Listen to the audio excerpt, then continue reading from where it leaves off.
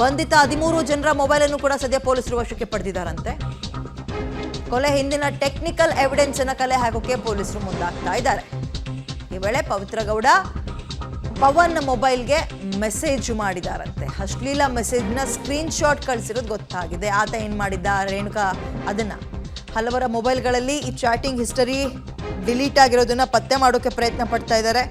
WhatsApp ಕಾಲ್, message ಎಲ್ಲವನ್ನ retrieve ವಾಪಸ್ ತೆಗಿಯಕ್ಕೆ ನೋಡ್ತಾ ಇದ್ದಾರೆ. ಟವರ್ ಡಂಪ್ ಆಧಾರದ ಮೇಲೆ ವಿಚಾರಣೆಯನ್ನು ನಡೆಸ್ತಾರಂತೆ. ಅಂದರೆ ಟೆಕ್ನಿಕಲ್ ಎವಿಡೆನ್ಸ್ನ ಕಲೆ ಹಾಕೋಕೆ ಮುಂದಾಗ್ತಾ ಇದ್ದಾರೆ ಅಷ್ಟೇ.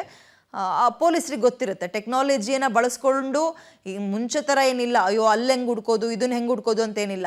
ತಕ್ಷಣವೇ ಅಲ್ಲಿ ಕುತ್ಕೊಂಡು ಟೆಕ್ನಾಲಜಿ ಬಳಸ್ಕೊಂಡು ಯಾರು ಏನು ಎತ್ತ ಡಿಲೀಟ್ ಮಾಡಿರೋದನ್ನ ವಾಪಸ್ ತೆಗಿಯೋದು ಹೆಂಗೆ, ಇವೆಲ್ಲವನ್ನ ಮಾಡ್ತಾರೆ ಪೊಲೀಸರು.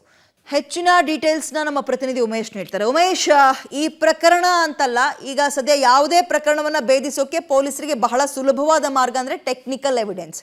ಈ ಪ್ರಕರಣದಲ್ಲಿ ಯಾವೆಲ್ಲ ರೀತಿಯ ಟೆಕ್ನಿಕಲ್ ಎವಿಡೆನ್ಸ್ ಪೊಲೀಸರಿಗೆ ಸಹಾಯ ಆಗುತ್ತೆ? ಪೊಲೀಸರು ಅದನ್ನು ಕಲೆ ಹಾಕೋಕೆ ಏನು ಪ್ರಯತ್ನ ಮಾಡ್ತಾ ಇದ್ದಾರೆ?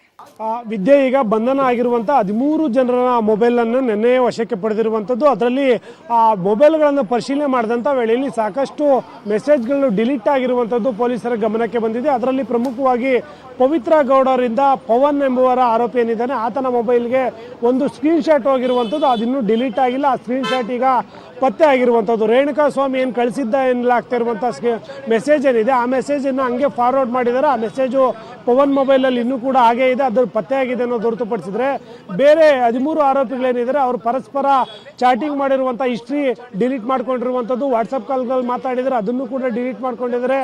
ಆ ಆಧಾರದ ಮೇಲೆ ಪೊಲೀಸರು ಕೂಡ ಅವ್ರನ್ನ ಇನ್ವೆಸ್ಟಿಗೇಷನ್ ಮಾಡ್ತಾ ಇರುವಂಥದ್ದು. ಏನು ಈ ಡಿಲೀಟ್ ಮಾಡಿರುವಂಥ ಮೆಸೇಜ್ಗಳೇನು, ಇವರು ಎಷ್ಟು ವಾರಗಳಿಂದ ಅಂದರೆ ಎಷ್ಟು ದಿನಗಳಿಂದ ಒಬ್ರಿಗೊಬ್ಬರು ಸಂಪರ್ಕಕ್ಕೆ ಬಂದಿದ್ರು, ಏನೆಲ್ಲ ಚರ್ಚೆ ಮಾಡಿದ್ರು ಅನ್ನೋದ್ರ ಬಗ್ಗೆ ಈಗ ಪೊಲೀಸರು ಇನ್ವೆಸ್ಟಿಗೇಷನ್ ಮಾಡ್ತಾ ಇರುವಂಥದ್ದು. ಆ ನಿಟ್ಟಿನಲ್ಲಿ ಯಾವೆಲ್ಲ ಮೆಸೇಜ್ಗಳು ಡಿಲೀಟ್ ಆಗಿದ್ದಾವೆ ಅವನ್ನ FSLಗೆ ಕೊಟ್ಟು ಅವನ್ನ ರಿಟ್ರೀವ್ ಮಾಡುವಂಥ ಕೆಲಸ ಕೂಡ ಮಾಡ್ತಾ ಇರುವಂಥದ್ದು ಪೊಲೀಸರು. ಇನ್ನೊಂದು ಕಡೆ ಈ ಕಿಡ್ನಾಪ್ ಏನು ಮರ್ಡರ್ ಏನು ಪ್ರಕರಣ ಏನಿದೆ, ಇದು ಕಳೆದ 1 ವಾರಗಳಿಂದಲೇ ಹಿಂದನೇ ಪ್ಲ್ಯಾನ್ ಮಾಡ್ಕೊಂಡಿದ್ರು ಅನ್ನೋ ಮಾಹಿತಿ ಕೂಡ ಈಗ ಹೊರಗಡೆ ಬರ್ತಾ ಇರುವಂಥದ್ದು. ಜೂನ್ 3ರಂದೇ 2ನೇ ತಾರೀಕಿನಂದೇ ರೇಣುಕಾ ಸ್ವಾಮಿನ ಕಿಡ್ನಾಪ್ ಮಾಡೋದಕ್ಕೆ ಪ್ಲ್ಯಾನ್ ಮಾಡ್ಕೊಂಡಿರ್ತಾರೆ. ಅಂದರೆ ಯಾವಾಗ ಪವಿತ್ರ ಗೌಡ ಪವನ್ ಎಂಬಾತನಿಗೆ ಅಶ್ಲೀಲ ಮೆಸೇಜ್ ಬಗ್ಗೆ ಮಾಹಿತಿ ನೀಡ್ತಾರೆ, ಆನಂತರದಲ್ಲಿ ಆತ ಚಿತ್ರದುರ್ಗದವನು ಅಂತ ಗೊತ್ತಾಗುತ್ತೆ.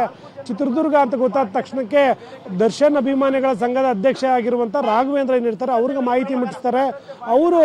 ಅವ್ರನ್ನ ನೆಕ್ಸ್ಟ್ ಅಂದರೆ ಆರೋಪಿ ಯಾರಿದ್ದಾನೆ ಆತನನ್ನು ಪತ್ತೆ ಮಾಡೋದಕ್ಕೆ ರಾಘವೇಂದ್ರ ಮುಂದಾಗುವಂಥದ್ದು. ಆತನ ಇನ್ಸ್ಟಾಗ್ರಾಮ್ ಅಕೌಂಟ್ಗೆ ಗೆಳತಿಯೊಬ್ಬರ ಏನಂದರೆ ಹುಡುಗಿಯೊಬ್ಬಳ ಫೋಟೋ ಹಾಕಿ ಆತನೊಂದಿಗೆ ಚಾಟ್ ಮಾಡೋದಕ್ಕೆ ಮಾಡುವಂಥದ್ದು. ಚಾಟ್ ಮಾಡಿದ ನಂತರದಲ್ಲಿ ಆತ ಹಂತವಾಗಿ ಆತನೊಂದಿಗೆ ಸಲಿಗೆ ಬೆಳೆಸಿ ಆತನನ್ನು ಒಂದು ಜಾಗಕ್ಕೆ ಕರೆಸಿಕೊಳ್ಳುವಂಥ ಪ್ರಯತ್ನ ಮಾಡ್ತಾರೆ. ಆತ ಯಾವಾಗ ಕೆಡ್ಡಕ್ಕೆ ಬಿದ್ದಿದ್ದಾನೆ ಅನ್ನೋದ್ರ ಬಗ್ಗೆ ಮಾಹಿತಿ ಸಿಗುತ್ತೋ ಆಗ ದರ್ಶನ್ ಮತ್ತು ಪವಿತ್ರ ಗೌಡಗೆ ರಾಘವೇಂದ್ರ ಮಾಹಿತಿ ನೀಡಿರ್ತಾನೆ. ಈಗ ರೇಣುಕಾ ಸ್ವಾಮಿ ರೆಡಿ ಇದ್ದಾನೆ, ಎಲ್ಲಿಗೆ ಕರ್ಕೊಬರಲಿ ಅಂತ. ಆಗ ದರ್ಶನ್ ಕೂಡ ಅವ್ರನ್ನ ಬೆಂಗಳೂರಿಗೆ ಕರ್ಕೊಬರುವಂತೆ ಸೂಚನೆ ನೀಡಿದ್ರು. ಆದರೆ ರೇಣುಕಾ ಸ್ವಾಮಿ ಏನಿದೆ, ರೇಣುಕಾ ಸ್ವಾಮಿ ವೀಕೆಂಡಲ್ಲಿ ಸಿಗೋಣ ಅಂತ ಹೇಳಿ ಅದು 1 ವಾರಗಳ ಕಾಲ ಇವ್ರನ್ನ ಭೇಟಿ ಆಗೋದನ್ನು ಪೋಸ್ಟ್ಪೋನ್ ಮಾಡಿದ್ದ.